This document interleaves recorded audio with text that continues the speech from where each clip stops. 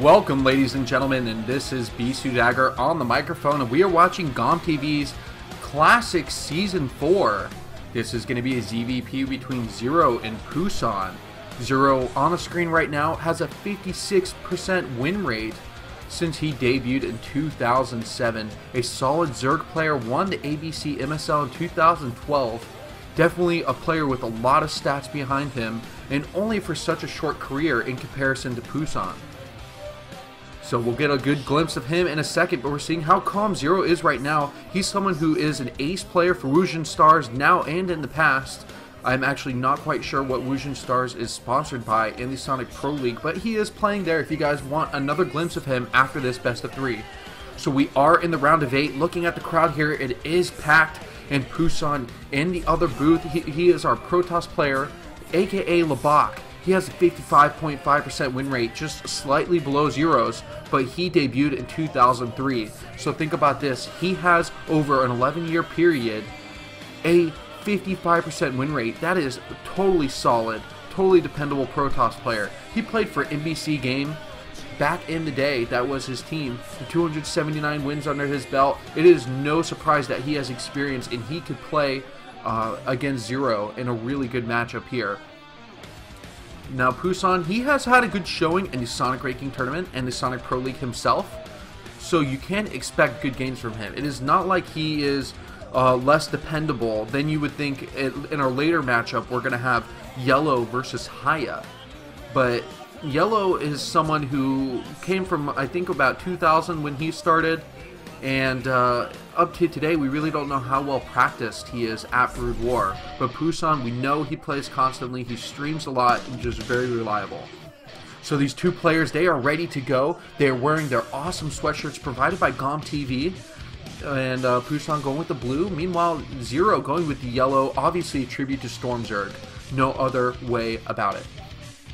So set 1 is going to be played, I think... It's definitely a 3-player map. I am on the tip of my tongue. We will find out just in a second here. Fortunately, they will translate all this Korean into English throughout the cast, so do not feel left out. Again, if you're confused or just coming into this cast, Labak is Pusan. Do not get that confused.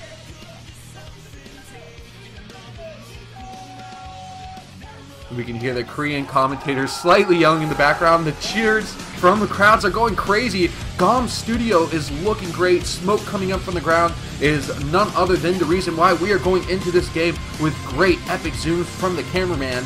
All different angles means that everything is intense, and we are ready to go into GOM TV's Season 4 Classic. So now we're going to be on the map Tau Cross. Tau Cross is a 3-player map.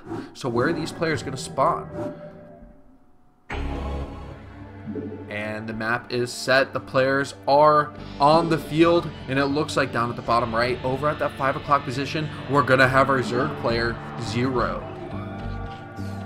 Zero already sent his Overlord up to the north.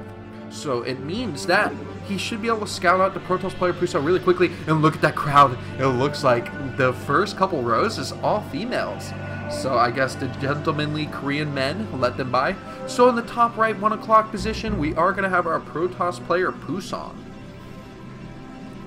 Pusan looking very calm himself.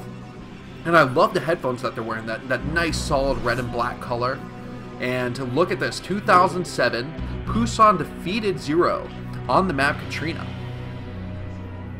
So that's a pretty solid win for him. So like I said, that Overlord is going to the right position. And Pusan, he has the pylon over at his natural base. And you have 2 options as a Protoss player. You could really go for that Forge Expand, which is completely reliable.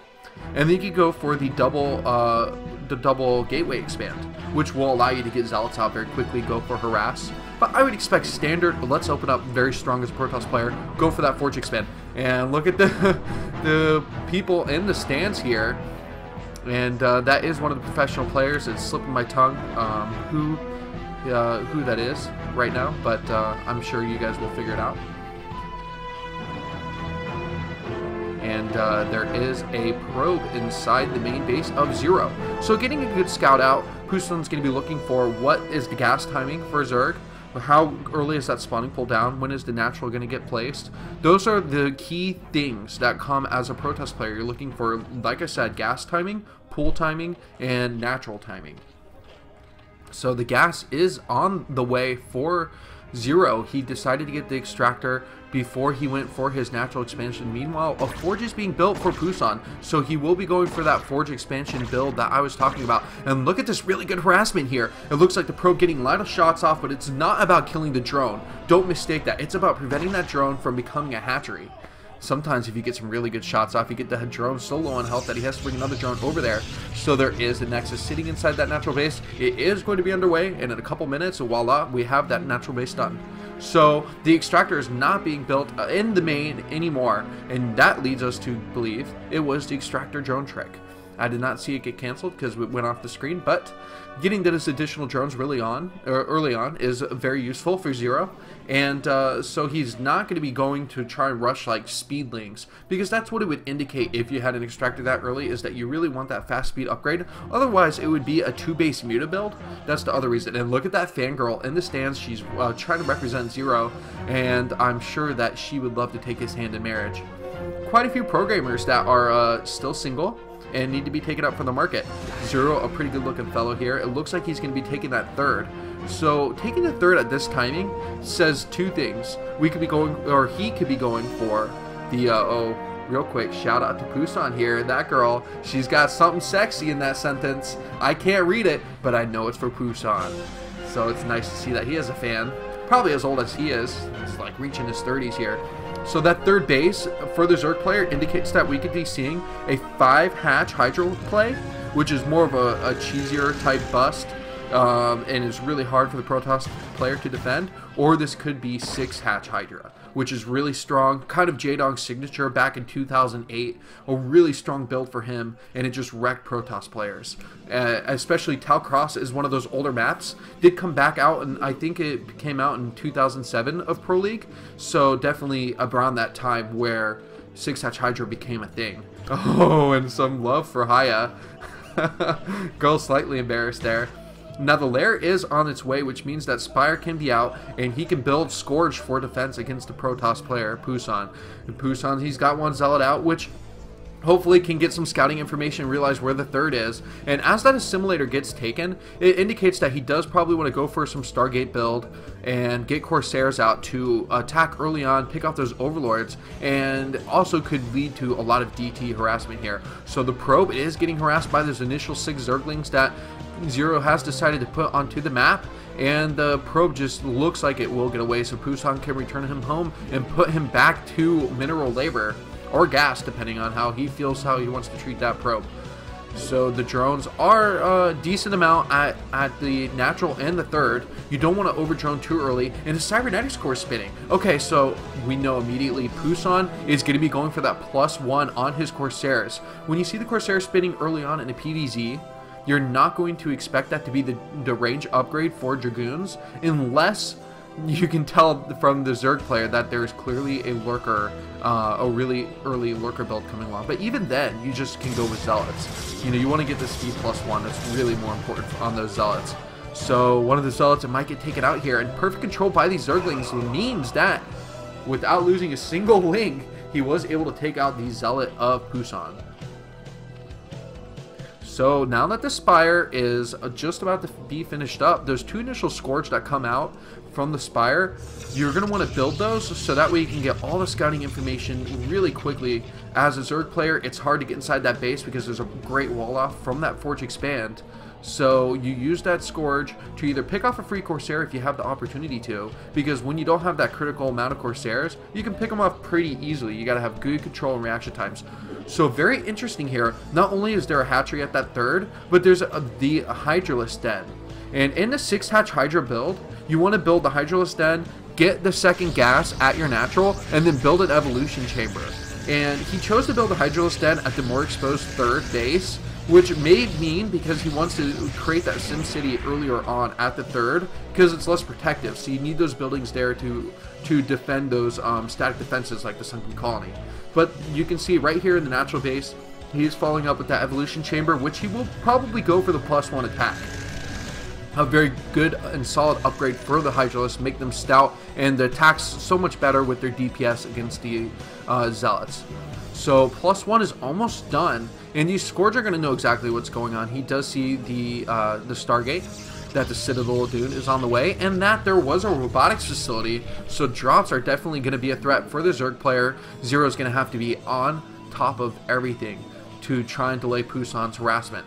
So with the 6-hatch Hydra build, if you do not do proper harassment, obviously Zero taking that 4th base, that will be the last thing that he does in this complete build before he starts going for attacks.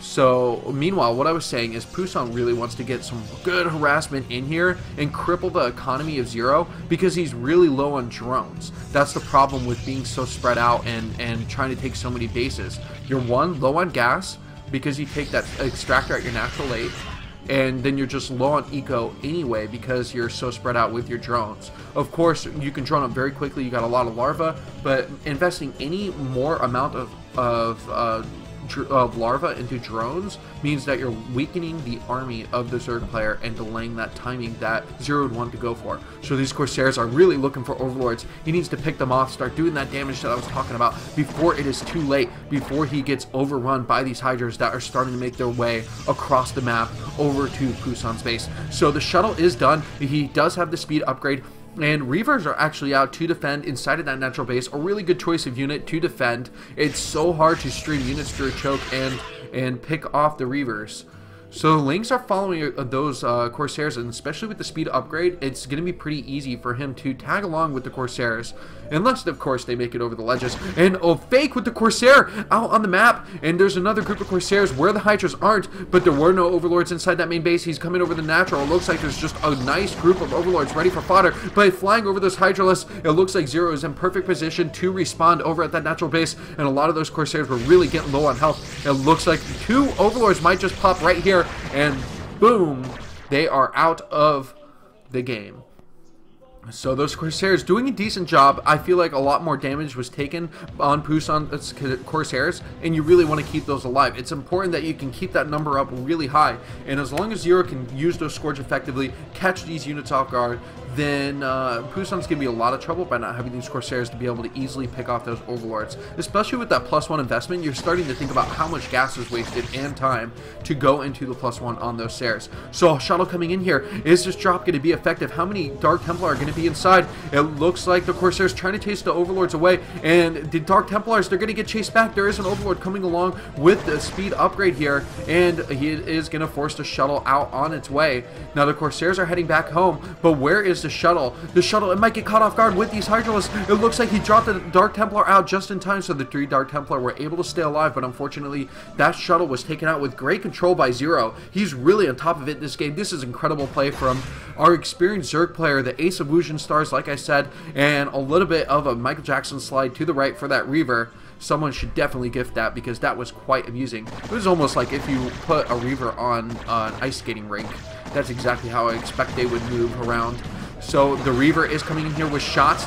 The Scarabs are trying to get these huge shots off, but it ends up the Hydralisks are able to spread out and attack from different angles, take out that Reaver, and the push though. This is coming heavily from Pusan right now. The Overlords are gone, so the Dark Templar might be able to get a strong harassment here, as long as no more Overlords can reinforce, but this is a huge amount of Hydralisks, and it will force Pusan back one more time. The Zealots are coming in here. As long as he can keep that Reaver alive, these Hydralisks are going to be a lot of trouble. Dropping a pylon over at the 3rd indicates that he will want to try and take an expansion at this time too, so he doesn't fall behind in minerals. But a flank from these Hydralisks are going to pick off this Reaver, and this is really not good for Pusan. He lost a really critical unit inside of this engagement, and relying only on Zealots is not going to be good. And these Hydralisks can focus on the Nexus as soon as they can eliminate the army again. One of the Dark Templars though is just doing tons of damage.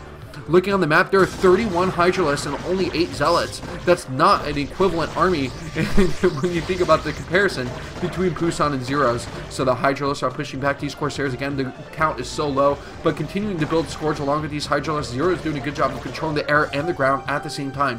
Pusan here, he's about to lose his 3rd base, so now he's in a lot of trouble. This is critical time for our Protoss player. And do the High Templar have Storm finished off? That Templar Archives was taken pretty late, and it looks like we haven't seen any Storm. It probably is still being in research. One of the High Templars getting taken out right away. Some really good control by those Hydralisks again, like I was saying earlier.